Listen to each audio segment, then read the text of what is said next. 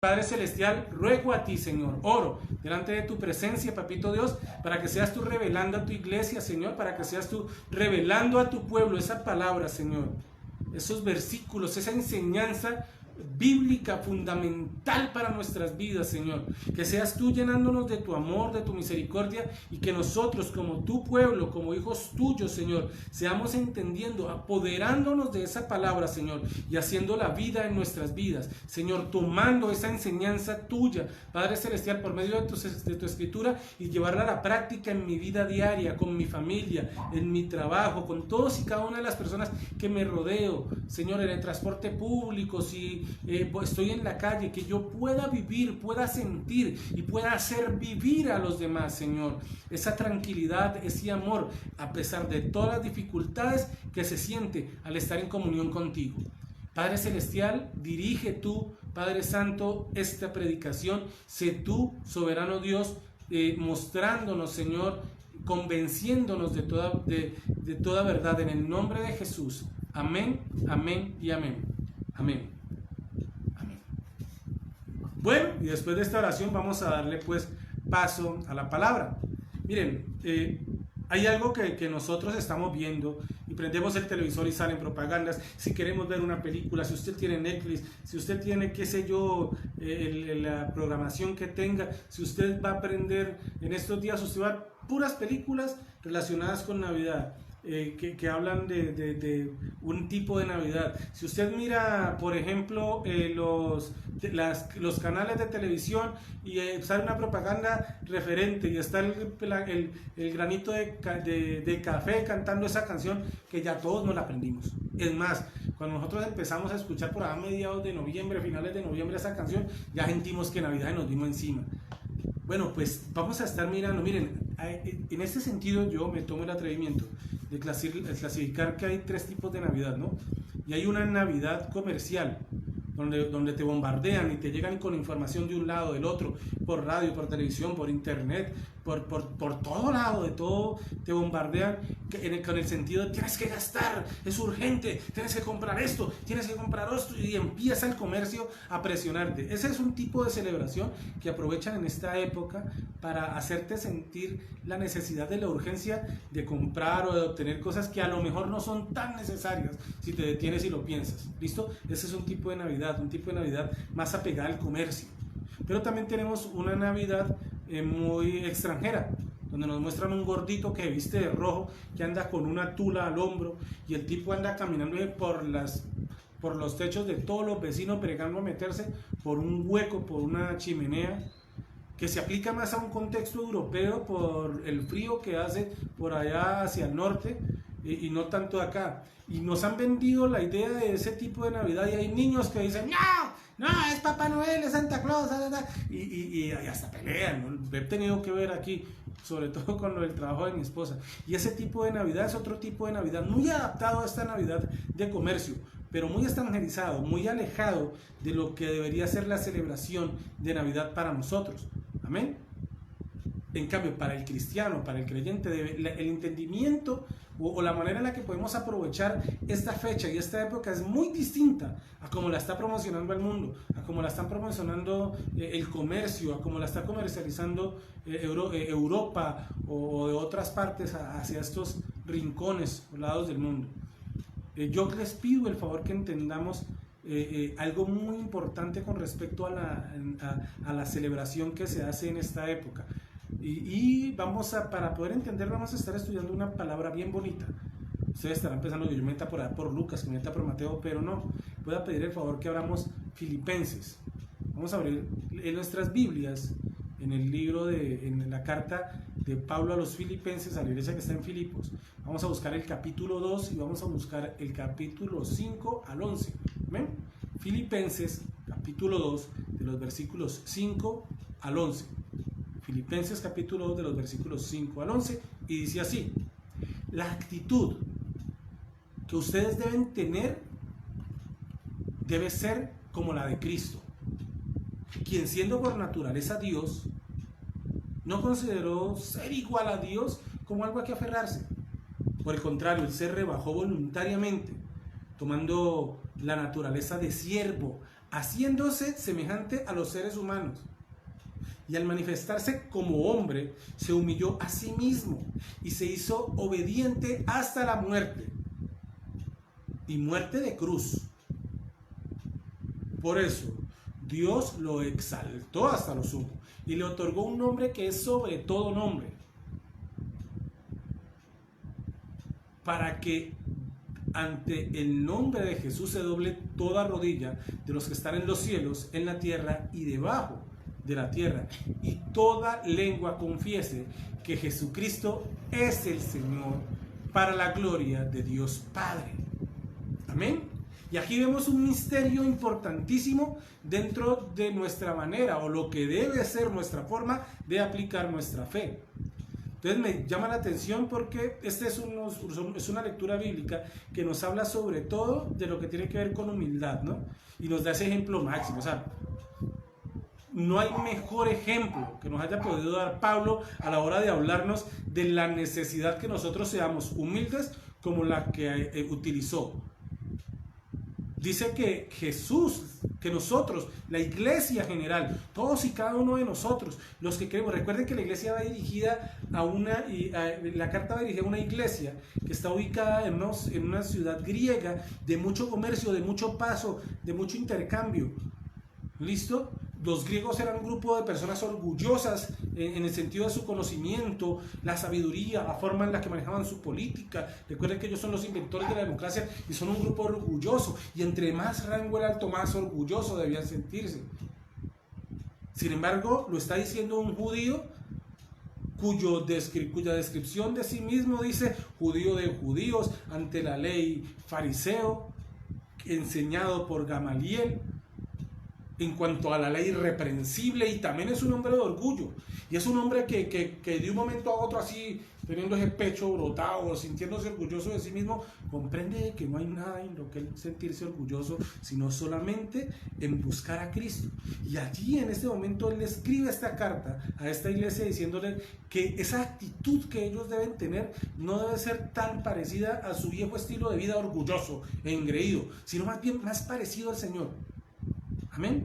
Y empieza a hacer un recuento de los versículos 6 al 11, ese recuento de qué hace tan especial a Jesús, como diciéndole, si usted tiene razones para sentirse orgulloso, mire a Jesús. Lo que usted tiene, lo que usted ha alcanzado no se mide, no llega a ser ni esto de cerquita a la grandeza de Jesús, y aún así Jesús se mantiene humilde. Aún así Jesús se manifestó a nosotros, haciéndose hombre, encarnándose de una manera humilde. Recuerden que el tema vamos a tratar de explicar, sin tratar de imponerle nada a nadie, el significado de la Navidad. La Navidad o la Natividad, que se refiere al natalicio o nacimiento de nuestro Señor Jesucristo. Normalmente se conmemora teniendo en cuenta la noche del 24 al 25 de diciembre. Bueno, hay que ser realistas. No hay ninguna seña bíblica de que Jesús haya nacido en esta época, en esta época de fin de año. Es más, algunas personas lo sitúan basado en cálculos que hacen, por lo que cuenta Lucas, en unas fechas distintas a las que tenemos ahora. Ya no voy a ponerme a comprometer, estuve leyendo que algunos dicen que en abril, otros dicen que en septiembre. La razón por la cual eso no aparece es porque es irrelevante, porque no es tan importante la fecha como el hecho en sí del nacimiento de Cristo. Y recuerden que aquí en el versículo 6 dice que Jesús, siendo por naturaleza Dios, no consideró ser igual a Dios como algo a que aferrarse, sino que por el contrario se rebajó, escuchen la palabra, se rebajó voluntariamente, tomando la naturaleza de siervo y haciéndose semejante a los seres humanos. De eso trata la Navidad, de ese proceso en el que Jesús abandona esa característica de divinidad al lado del Padre, que la tiene, la posee, y aun cuando Jesús toma forma de hombre, de ser humano, sigue siendo Dios. Mire que nosotros tenemos que entender que eso es lo que se celebra, esa encarnación, ese nacimiento, ese inicio de ese proceso de salvación del cual usted y yo estamos disfrutando como resultado de la reconciliación con Dios. Muchas imágenes de Navidad se nos vienen a la mente que incluyen angelitos de testigos en el nacimiento de Jesús, y nosotros tenemos que la natividad o la Navidad literalmente significa el acto de nacer. De hecho, en los hospitales, cuando se habla de nacimiento, se llama un natalicio, de un nacimiento. Amén. A eso se refiere. La Navidad es palabras más, palabras menos, según el griego, significa el acto de nacer. Miren, el cristiano, el creyente, en el cristianismo, nosotros debemos entender que esa palabra encarnación, no reencarnación, ¿no? La encarnación es el ejercicio, como lo describe ahorita Pablo, como lo escribió en el versículo que leímos ahora, ese ejercicio de rebajarse al nivel de hacerse hombre para de esa manera sufrir todos los procesos que nosotros como creyentes sufrimos. Y esa encarnación se utiliza por el pueblo cristiano para expresar la idea de Jesús, de Jesucristo, que vino a la tierra en forma humana. A eso se refiere la palabra encarnación. Y la palabra encarnación es una palabra que viene del latín, término del latín, y literalmente, así como suena, literalmente quiere decir el acto de ser encarnado, el acto de tomar carne. ¿Listo? Se utiliza ese término en latín cuando nosotros leemos el versículo que leímos al principio de este culto, en la apertura, donde hablamos de Juan 1:14, donde nos dice, Juan 1:14, donde nos dice que Jesús se hizo carne y habitó entre nosotros. Cuando utiliza esa palabra, cuando ustedes miran en la Biblia literal del latín, dice encarnó y vivió entre nosotros. Esa palabra encarnó quiere decir eso, ¿listo? Que tomó forma de ser humano y que vivió y habitó entre nosotros. Y lo que me llama muchísimo la atención con respecto a esto que estamos leyendo y que estamos estudiando es que en el versículo 8, les repito, de Filipenses 2, el versículo 10 dice que y al manifestarse como hombre se humilló a sí mismo. ¿Listo? ¿Por qué utiliza ese sentido? Porque Dios es un ser mucho más grande, mucho más poderoso, entendiblemente teológico, que el ser humano, que el hombre. El hombre es creación de Dios. Dios no tiene comienzo, Dios no tiene fin. Y por tener el título de Dios, pues obviamente no fue creado. Nosotros como creación nos sometemos a unas leyes de la física, unas leyes de la química. Dios como tal creador de estas leyes, como creador que es, no se sujeta a ninguna de estas formas, a ninguna de estas leyes, porque Él va más allá de la física, va más allá del tiempo, va más allá de todo, porque Él es Dios. ¿Listo? Cuando dice que Él se humilló al manifestarse como hombre, quiere decir eso. Teniendo la grandeza que tiene, llega al proceso en el que estamos nosotros mismos como creación de Dios. ¿Listo? A eso se refiere. Y dice que no solamente se humilló, sino que dice que se hace obediente. ¿Obediente a quién? Obediente a Dios. ¿Obediente en qué sentido? En pasar todos los procesos que usted y yo, como seres humanos, como en la carne, pasar todas las tentaciones, pasar todos los sufrimientos, todos los dolores, y no solamente ese tipo de obediencia, sino que Pablo describe que llega a la obediencia hasta obedecer hasta la muerte, y explica de una manera contundente que esa muerte a la cual se hizo obediente él es la muerte de la cruz. Y recuerden que en la cruz las personas que morían eran torturadas de la forma más horrible que se le pudiese hacer a un ser humano. Y eso lo encontramos en los versículos 8 y 9, repito, de Filipenses 2. Miren, la encarnación fue un acto que nos deja ver la preexistencia del Hijo de Dios. ¿Listo? Que, como dice la palabra, voluntariamente adoptó un cuerpo, se encerró dentro de un cuerpo y una naturaleza humanos. Jesús no tenía necesidad de llegar a ese punto. Sin embargo, Dios quiso hacerlo para poder sembrar ese espacio de reconciliación. Y todo esto lo hace de una forma maravillosa y lo hace sin dejar de ser Dios. Él se convierte en un ser humano sin dejar de ser Dios. Ese hombre llamado Jesús no renunció a su deidad para convertirse en humano. Tenemos que aclararlo. Él no renunció a su característica de ser humano, simple y llanamente, a su característica de Dios, solamente no se aferró a eso a la hora de poder obrar de forma maravillosa castigándonos a todos y cada uno de nosotros, sino que dejó a un lado su derecho de poder y de gloria para hacerse semejante a ti y a mí. Y ese es el misterio de la Navidad.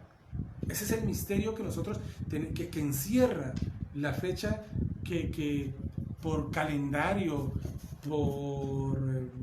hay tantas teorías de por qué se hacen esas fechas. Yo no quiero entrar en esa discusión, pero sí quiero dejar claro de que lo que nos debe llevar a celebrar, si es que tú lo celebras, claro, estas fechas, es a entender que lo que nosotros debemos enseñar a las demás personas no es que se entrega el regalo, no es que el gordito va a romper las tejas de zinc porque es que en tu casa no hay chimenea y el gordito caminando por arriba de pronto te hace un daño. No se trata de eso. No se trata de fórmulas mágicas donde Papá Noel al estilo de Peter Pan entra volando por la ventana y te deja un regalo ahí. No se trata de eso. Se trata de entender este misterio tan grande, este misterio tan importante para nosotros como creyentes, que es el entender de cómo Dios toma la forma de ser humano, padece todo lo que padece un infante, un adolescente, un puberto, un adolescente, un joven, y de esa manera continúa siendo obediente y sin perder estas características de Dios, de deidad que Él tiene. De todos modos se somete a la ley del Padre. ¿Para qué? Para que tú y yo podamos disfrutar de esa relación directa, continua con nuestro Padre Celestial. Esa es la verdadera Navidad. Eso es lo que nos tiene que tener como familia de creyentes, como familia unidos alrededor de la Biblia, alrededor de la lectura de la palabra, alrededor del entendimiento en nuestro hogar. Es el momento en el que nosotros deberíamos estar aprovechando para decirle a los niños: no se trata solamente del regalo que te puede llegar, que te puede traer. No se trata solamente de la ilusión o de la alegría de ver el niño porque lo que pidió realmente se le dio, se le entregó. No me refiero a eso. Me refiero a la oportunidad de explicarle a ese niño, a esa niña, la grandeza de este hecho, de esta conversión, de esta búsqueda de ese ser todopoderoso, que lo que quiere es relacionarse contigo, contarte de manera directa, franca y personal, que te ama, que quiere que te acerques a Él, que quiere abrazarte, que quiere demostrarte su amor, que quiere demostrarte su grandeza, que vivas apegado a su vida y que entiendas que todo esto lo hizo para que nosotros comprendiésemos la grandeza de ese Dios a quien nosotros como humanidad ofendimos, pero que Él mismo se ofrece para que nos relacionemos con Él. A eso es a lo que nos estamos refiriendo en esta noche. Y me encanta lo que dice el versículo 8 de Filipenses 2, que dice el capítulo 9, que dice: por eso Dios lo exaltó hasta lo sumo, o sea, lo exaltó hasta lo más grande, y le otorgó un nombre que es sobre todo nombre. El Señor premia esa obediencia, y la obediencia, insisto, arranca a partir del instante en el que a María se le informa que va a ser la madre del Hijo de Dios, y María se dispone en esa labor y dice: estoy dispuesta a servir a mi Señor, entendiendo, hablando y siendo franca. Y María es la primera en admitir que la salvación no viene de ella sino de su Hijo, que ella es simple y llanamente el instrumento por medio del cual este Hijo suyo, este ser divino que va a nacer por medio de su cuerpo, es quien realmente salva, es quien realmente une al Padre y es quien realmente perdona. Mire, cuando nosotros nos preparamos para la celebración de la Navidad, nosotros tenemos que meditar verdaderamente en el significado que estas fechas deberían tener en nuestras vidas. Y debería ser una invitación a vivir conforme a la verdad en Cristo Jesús. Mire, nosotros nos debemos prepararnos para sentir a Cristo, para sentir y vivir ese mensaje. Permítame sugerirle algunas cosas. Nosotros debemos que estudiar, meditar, aplicar la palabra del Señor, y sobre todo en estas épocas donde vemos que el mundo paranoico, un montón de gente asegurando el fin del mundo, y yo creo que sí, que eso se va a pasar, no sé cuándo. El Señor me dice que yo no conozco el día ni la fecha, que eso es contestativo de mi Padre Celestial, pero de que la fecha se acerca, se acerca. Entonces aprovechemos para explicar y para decirle a ese niño pequeño en tu casa que está atento a lo que tal vez le vayan a poder regalar. Concentrarnos en decirle que lo importante no es ese regalo que él está esperando, que probablemente le entreguen mañana en la noche. No, que lo importante es que él entienda que lo que estamos celebrando es ese simbolismo, aunque no corresponde a la fecha. Esa alegría de saber de Dios, de un Dios tan grande, tan poderoso, pero tan preocupado por la salvación de sus hijos, que somos nosotros, que aunque Dios le dio un nombre que es sobre todo nombre, está preocupado por alcanzarte a ti, por recogerte a ti, para que estés cerca de Él. Ese es el misterio por el cual nosotros debemos acercarnos a Dios. Y si vamos a aprovechar para celebrar este tipo de fechas, tengamos en mente esto. Mire, primero que todo, regocijémonos en el nacimiento de Dios, en el nacimiento de Jesús, en el nacimiento de nuestro Salvador. Celebremos el nacimiento del Hijo de Dios. No celebremos la caminata por el techo del gordito. Entendamos que es el Hijo de Dios, que es nuestro Mesías, que es quien te salvó. Miren, Él nos regocijémonos en Él. Que el Rey de Reyes venga a la tierra tiene que llenarnos de alegría. Que el Rey de Reyes haya tomado forma de bebé, que haya sido cuidado, que haya sido tratado, que haya sido alimentado como te alimentó tu mamá, que haya crecido y que haya padecido los procesos que todo niño de su época o podemos estar viviendo. Eso es lo que nosotros tenemos que celebrar. Mire, que el niño Dios naciera, que Jesús naciera en un pesebre, y que viviera una vida parecida a la nuestra, con los padecimientos, con los dolores, y aún con más sufrimiento todavía por la forma en la que padeció para perdón de tus pecados y los míos.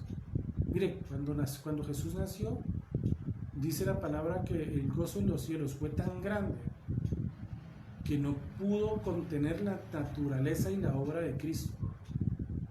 El nacimiento de Cristo debe ser en nuestros corazones. Y no solamente en la fecha de mañana, 24 de diciembre, en la noche, amanecer 25, debe ser una cosa de todos los días. El que yo sienta, el que yo permita que Jesús nazca en mi corazón y que le diga con todo gozo, con toda dicha y con todo amor: Señor, transfórmame, Señor, cámbiame, Señor, modifica lo que tú consideres que hay que modificar, arregla lo que tú sabes que hay que arreglar. Recuerde que la palabra, insisto, en Filipenses 2:9 dice: por eso Dios lo exaltó hasta lo sumo, porque obedeció, porque se despojó de toda grandeza, porque fue humilde delante de Dios. Y premio de eso es que Dios le dio un nombre que es sobre todo nombre. Y no solamente eso, sino que esa grandeza, esa obediencia de Jesús hizo lo que Dios le permitió que gozara de eso que describe el versículo 10, para que ante el nombre de Jesús se doble toda rodilla de los que están en los cielos, en la tierra y debajo de la tierra. Y más importante aún, que es a lo que nos debe llevar esta celebración en esta fecha de Navidad, que nosotros llevemos a que toda lengua confiese que Jesucristo es el Señor. ¿Para qué? Para la gloria de Dios Padre. No es para que tú cojas fama, no es para que digan: ay, ese Alejandro tan bonito que predica. No, es para que el cielo se emocione y se alegre, porque un pecador se arrepintió, porque alguien decidió buscar a Cristo, porque alguien decidió entregarse delante de su presencia, porque alguien decidió reconocer que en sus propios esfuerzos no podía hacer nada, y que única y exclusivamente por medio de la obra redentora de Jesús en su vida. Para eso nace Jesús en nuestro corazón. Ese es el misterio de la Navidad que debe haber en nuestros corazones, en nuestro vivir, en nuestro sentir. A eso nos referimos. No hay opción, no hay alternativa. Confesemos a Cristo como nuestro Señor y Salvador. Confiemos en Él. Miren, de estos versículos nosotros podemos mirar tópicos, por decirlo de alguna manera, claves, unos tópicos teológicos bien importantes. Primero, que Dios existió desde siempre, que Jesús es igual a Dios porque Él es Dios. En estos versículos nosotros entendemos que, y ese es el sentido de la Navidad, ¿no? Que Dios existió desde siempre, Dios no tiene principio, Dios no tiene fin, que Jesús es igual a Dios porque Él es Dios. A eso tenemos que entender en la Navidad, que aunque es Dios, se convirtió en hombre para cumplir con ese plan divino, con esa estrategia que Él había trazado para que tú y yo podamos gozar de esa salvación que Él en este momento está ofreciendo a todos nosotros. Y no solo, esta palabra, estos versículos de Filipenses nos muestran que no solo tenía apariencia de hombre, sino que en realidad Él se hizo hombre para identificarse contigo y conmigo. Y al decir hombre no me refiero a géneros, ¿no? Me refiero a la humanidad como tal.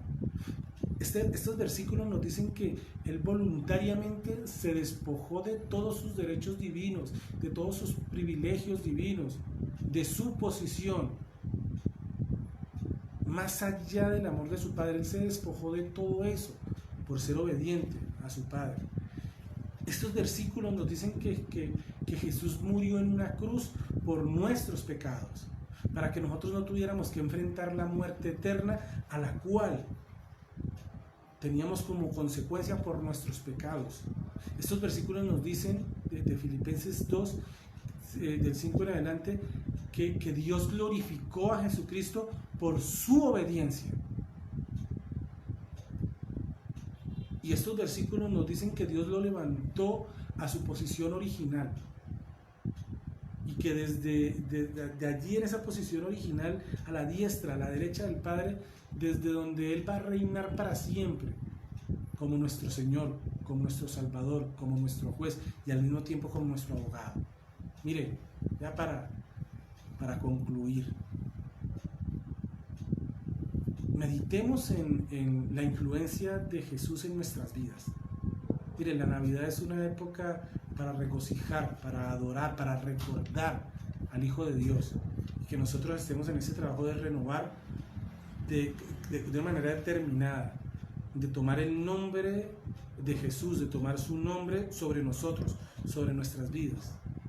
En estos tiempos nosotros debemos utilizarlo para reexaminar nuestra vida, para que evaluemos nuestros pensamientos, para que reevaluemos nuestros sentimientos y nuestros hechos aún.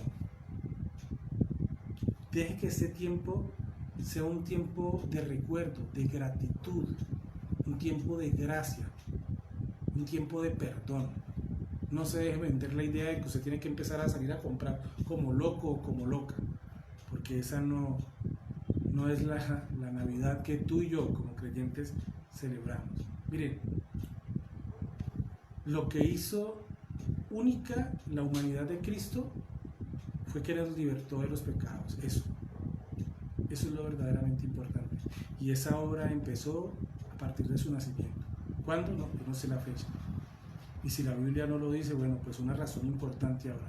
Que algunas personas en algún momento de la historia tomaron la decisión, se va a celebrar en esas épocas. Bueno, eso lo podemos estudiar y analizar después. Pero si en este momento que la gente está corriendo, que se menciona tanto a Jesús, su nacimiento en el pesebre, lo que pasó antes de su nacimiento, cómo los profetas hablaron de Él, nosotros aprovechemos este momento para hablar de Jesús en su completa humanidad. Jesús nos demostró todo lo que se puede expresar en términos humanos relacionados con el carácter de Dios. Jesús, al hacerse hombre, nos enseña eso. Jesús nos dice o nos tiene que llevar a preguntarnos, ahora, nosotros, ¿qué podemos hacer? ¿Será que podemos hacer menos que adorarle, y consagrar nuestras vidas a su servicio después de entender esta obra grandiosa de hacerse hombre, morir en una cruz para perdón de tus pecados y los míos, que no lo merecíamos. Miren, que esta sea una época, insisto, para meditar en la expiación de pecados que hizo Jesucristo y en el significado personal que tiene para todos y cada uno de nosotros. Esa es la invitación en esta noche, que nosotros podamos entender eso. Mis hermanos, que el Señor nos bendiga absolutamente a todos, que el Señor nos permita encontrarnos con Él, que nosotros podamos entender y celebrar estas hermosas fechas como de verdad la deberíamos estar celebrando, no rindiéndole pleitesía, insisto, al gordito este fachoso que anda caminando por los techos allá en Europa tratando de meterse. No, celebremos a Cristo. A Cristo es a quien debemos celebrar en esta noche. Un saludo muy especial le mando a mi tía Florinés Cardona. Te amo, tía. Un saludo a todos y cada uno de mis hermanos que nos dieron la bendición de conectarse en esta noche. Mis hermanos, que el Señor te bendiga, que el Señor te guarde. Amado Dios y Padre Celestial, gracias, Señor, por tu palabra. Gracias, Padre Celestial, por tu amor y por tu misericordia. Gracias, Padre Santo, porque es por medio de tu amor y de tu grandeza, Papito Dios, que nosotros experimentamos el perdón, Señor, que tú nos has ofrecido.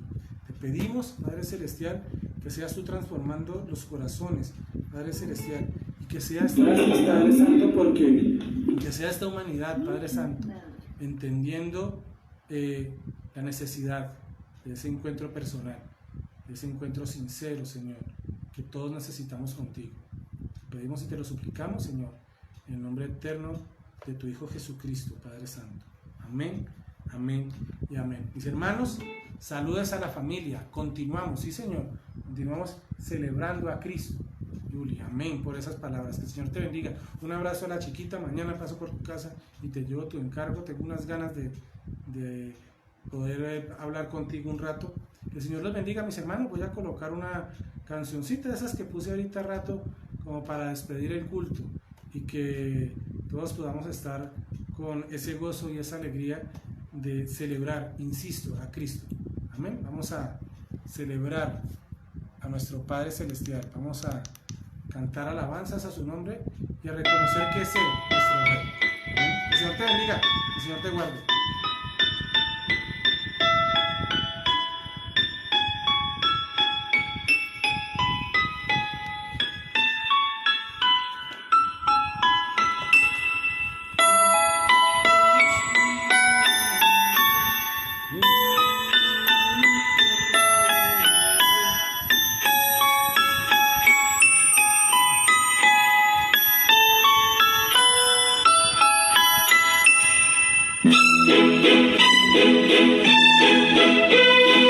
Dejad a los niños venir a mí, un día lo dijo el Señor.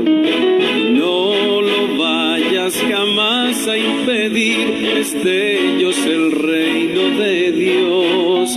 Dejad a los niños venir a mí, un día lo dijo el Señor. Tú eres mi Rey, mi único Rey, con corazón de niño vengo a decirte yo te amo a ti.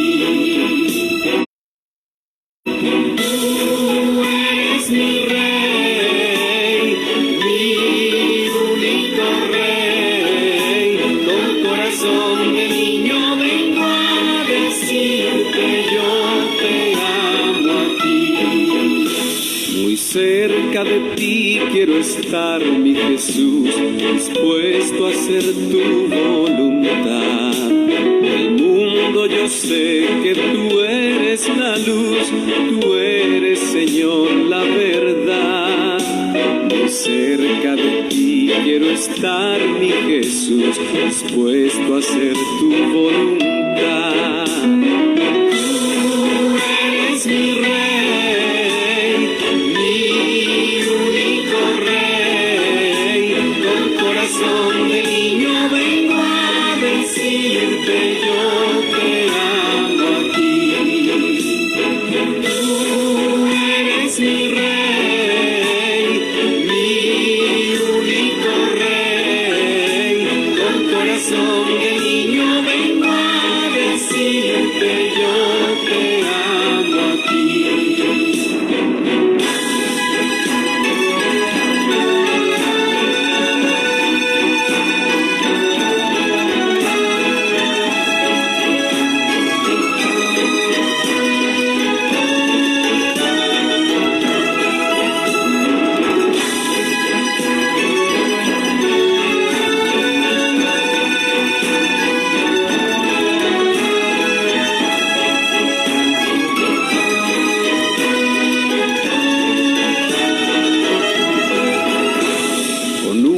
corazón que se humilla, Señor, delante de tu majestad, que ve con asombro tu gloria, oh Dios, así siempre yo quiero estar, con un corazón que se humilla, Señor, delante de tu majestad.